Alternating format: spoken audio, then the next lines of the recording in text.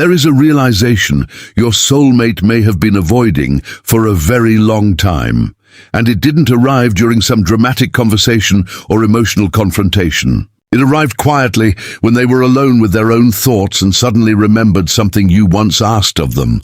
At first it seemed like a simple memory, but the longer they sat with it, the more uncomfortable the truth became. They remembered the times you asked for communication, consistency, reassurance, effort, and honesty. They remembered how you tried to explain what you needed, sometimes carefully, sometimes emotionally, sometimes after becoming tired of repeating yourself. And for a long time, they may have convinced themselves that you were expecting too much. They may have thought you needed too much attention, too much reassurance, or too much emotional involvement. But something has changed inside them recently. They are beginning to look at those moments from your perspective instead of their own. And suddenly, what once sounded like pressure doesn't sound unreasonable anymore. It sounds like someone simply asking to feel valued. It sounds like someone asking for the relationship to have the same emotional importance to both people. Listen carefully, because this realization may be difficult for them to accept. Your soulmate is beginning to wonder whether they misunderstood you completely. Maybe you weren't asking for perfection. Maybe you weren't asking them to give up everything for you. Maybe you were simply asking for the basic emotional presence that makes a connection feel secure and genuine. And the more they think about it, the more one uncomfortable question keeps returning. What if they were never asking for too much? What if I was simply not ready to give them what they needed? That question has started changing the way they remember everything, and the answer may reveal something they never wanted to. Admit about the way they treated your heart. What your soulmate is beginning to understand now is that your requests were never really about getting more and more from them. They were about feeling that you were not carrying the entire emotional weight of the connection alone. There is a difference between demanding constant attention and wanting someone to communicate when something feels wrong. There is a difference between expecting perfection and wanting consistent effort. There is a difference between being dependent on someone and simply wanting to know where you stand with them. Your soulmate may not have understood those differences before, but distance has given them the opportunity to see them more clearly. They are remembering conversations they once found difficult, moments when you asked questions they didn't want to answer, situations where you wanted reassurance and they responded with silence, or times when you asked for more effort and they interpreted it as criticism. Back then, they may have focused entirely on how uncomfortable your requests made them feel. Now they are finally considering why you were making those requests in the first place. And that shift in perspective is changing everything. They are beginning to realize that you weren't asking them to become someone else. You were asking them to show you that the connection mattered to them too. You wanted actions that matched words.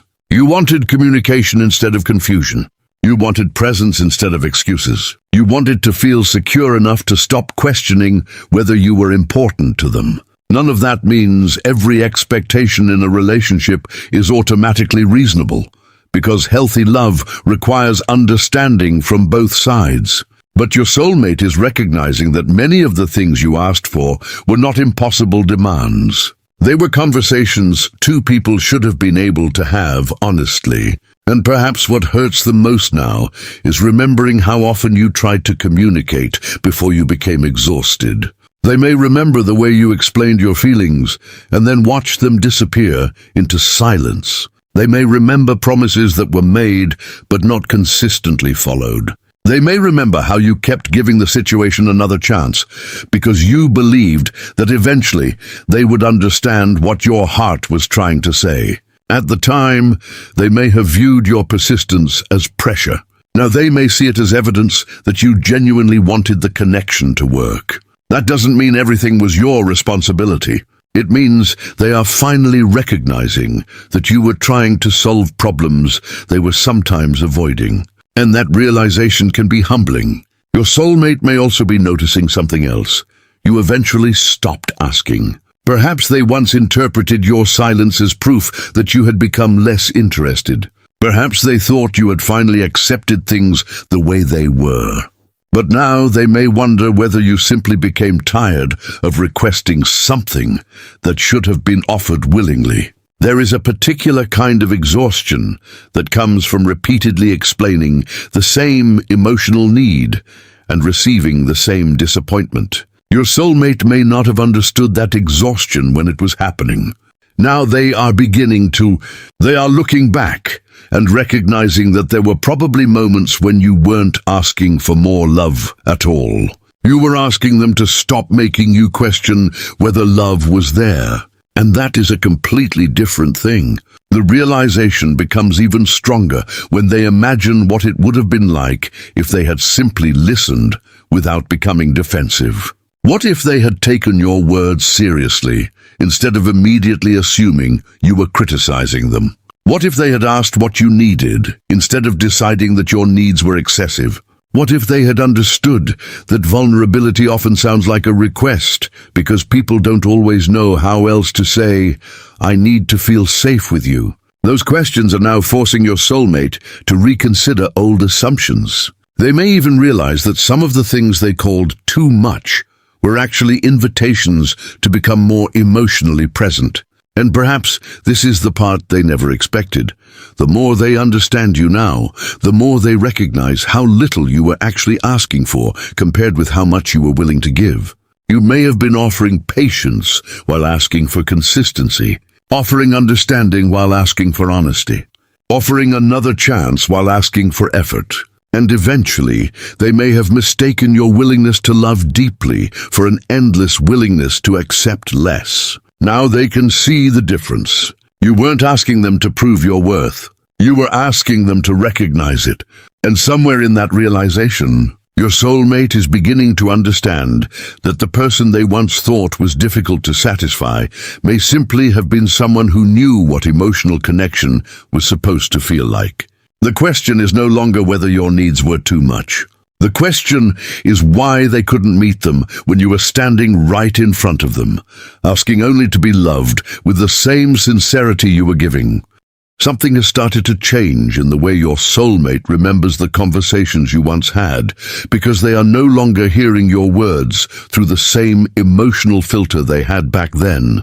Before, they may have remembered your questions as complaints, your requests as pressure, and your emotional reactions as proof that you were expecting too much. But now, with distance and experience, they are beginning to replay those moments differently. They are remembering not only what you said, but what was happening underneath your words.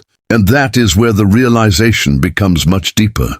They are beginning to understand that when you asked for communication, you were probably trying to protect the connection from misunderstanding. When you asked for consistency, you were trying to know whether you could trust what was being built between you. When you asked for reassurance, you weren't necessarily demanding constant attention. You were trying to understand whether their feelings were genuine. And when you asked for effort, you were trying to see whether you were building something together or carrying it alone. That distinction is becoming impossible for your soulmate to ignore. There may have been a specific moment they recently remembered that made everything click. Perhaps they remembered you asking a simple question and how they reacted. Maybe they remembered your expression when they didn't give you the answer you needed. Maybe they remember you becoming quieter after realizing that explaining yourself one more time wouldn't change anything. Whatever the memory is, they are now seeing something they didn't understand then. You weren't trying to control them. You were trying to communicate with them. And that realization may be bringing a mixture of sadness and regret, because they can now imagine how confusing it must have been for you to repeatedly express a need, only to feel like your need itself was the problem. Your soulmate may even be wondering how many times you went home questioning yourself after conversations with them. Did you ask for too much? Were you too emotional? Were you too demanding? Should you have expected less? Should you have stayed quieter? Should you have accepted things without asking questions? Those questions may have been living inside your heart, and your soulmate is beginning to realize that their responses may have contributed to them. That can be a difficult truth to face because it requires accountability. It means they can't simply say the relationship failed because you wanted too much. They have to consider whether they were actually prepared to provide the emotional consistency you needed. And perhaps they weren't. Maybe they cared about you but didn't know how to communicate. Maybe they had feelings but didn't know how to express them. Maybe they wanted closeness but became uncomfortable when closeness required vulnerability. Maybe they valued the connection but weren't ready for the responsibility that came with being emotionally present. None of those explanations erase the impact their behavior had on you, but they may help explain why the relationship felt so uneven. Your soulmate is beginning to understand that love and emotional readiness are not always the same thing. Someone can care about you and still fail to love you in the way you need. Someone can have feelings and still be incapable of creating the consistency required for a healthy connection. That may be one of the hardest lessons they are learning now. And the more they accept it, the more they understand why you eventually became tired. They may remember the moment your energy changed, when you stopped explaining so much, stopped asking the same questions, stopped trying to convince them to understand. At the time, they may have thought you simply stopped caring. Now, they may wonder if you finally realized that you shouldn't have to beg someone to recognize what your heart was asking for. That realization can be painful because it forces them to see that you may have walked away emotionally long before you physically walked away.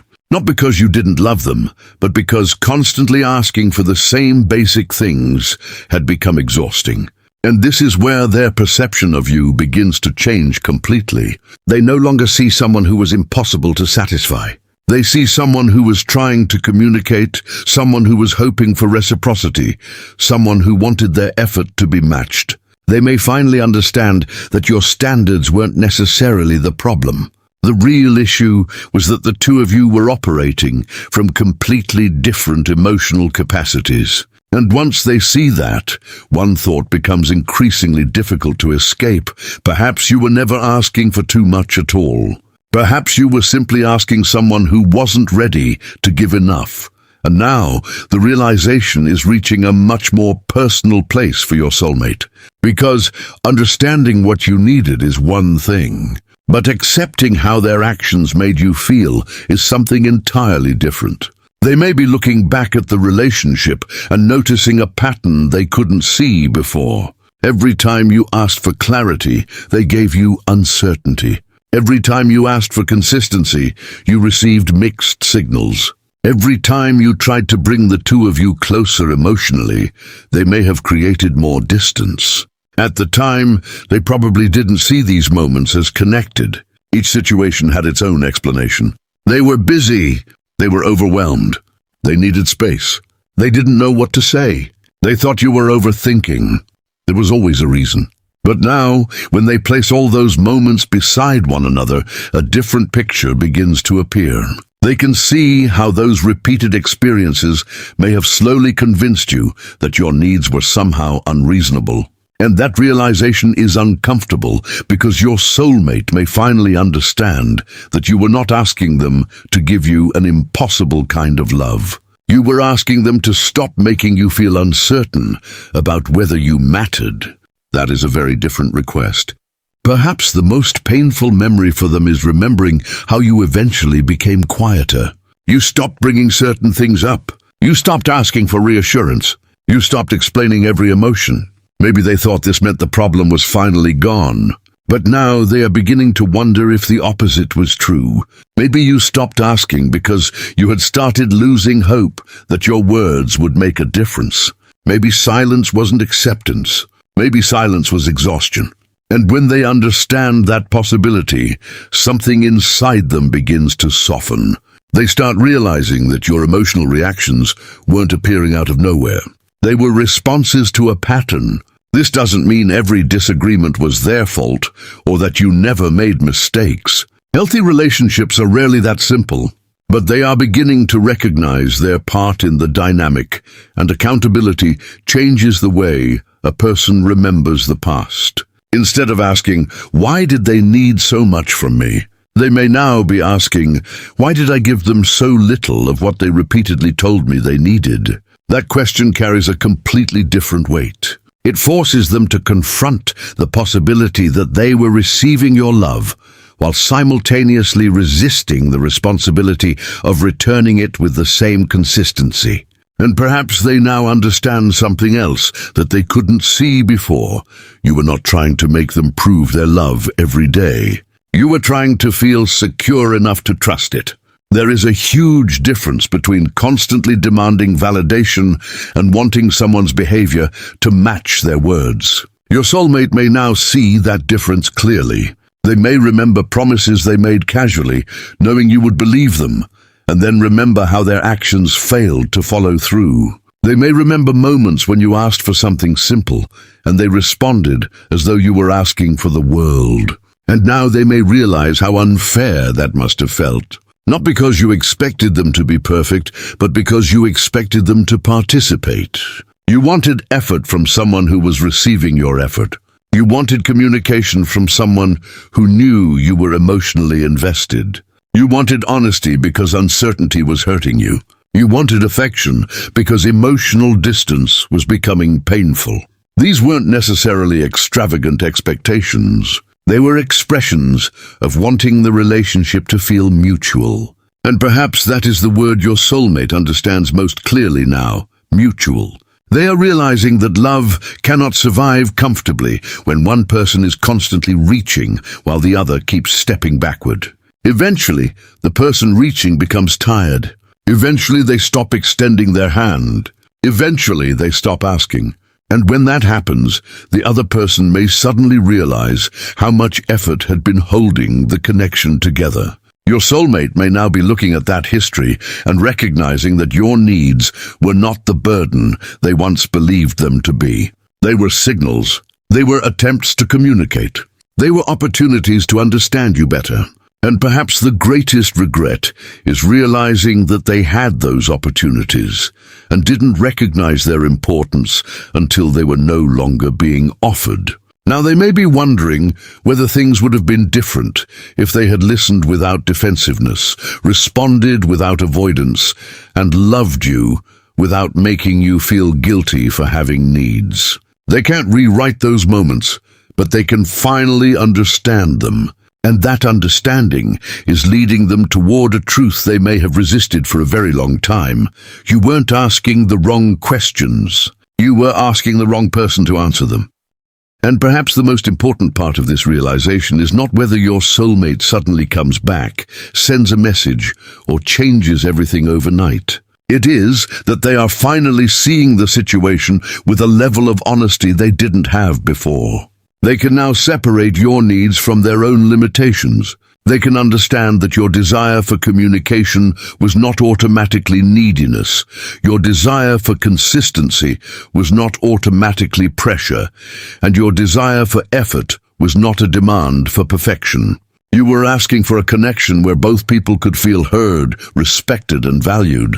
And now your soulmate may be recognizing that what felt overwhelming to them was not necessarily excessive. It may simply have been more emotional responsibility than they were prepared to handle at that time. That distinction matters because it changes the entire story. For so long, perhaps they believed the problem was that you expected too much. Now they are beginning to consider another possibility. Maybe you were offering a depth they didn't know how to match. Maybe your willingness to communicate exposed their avoidance. Maybe your desire for closeness revealed how uncomfortable they were with vulnerability.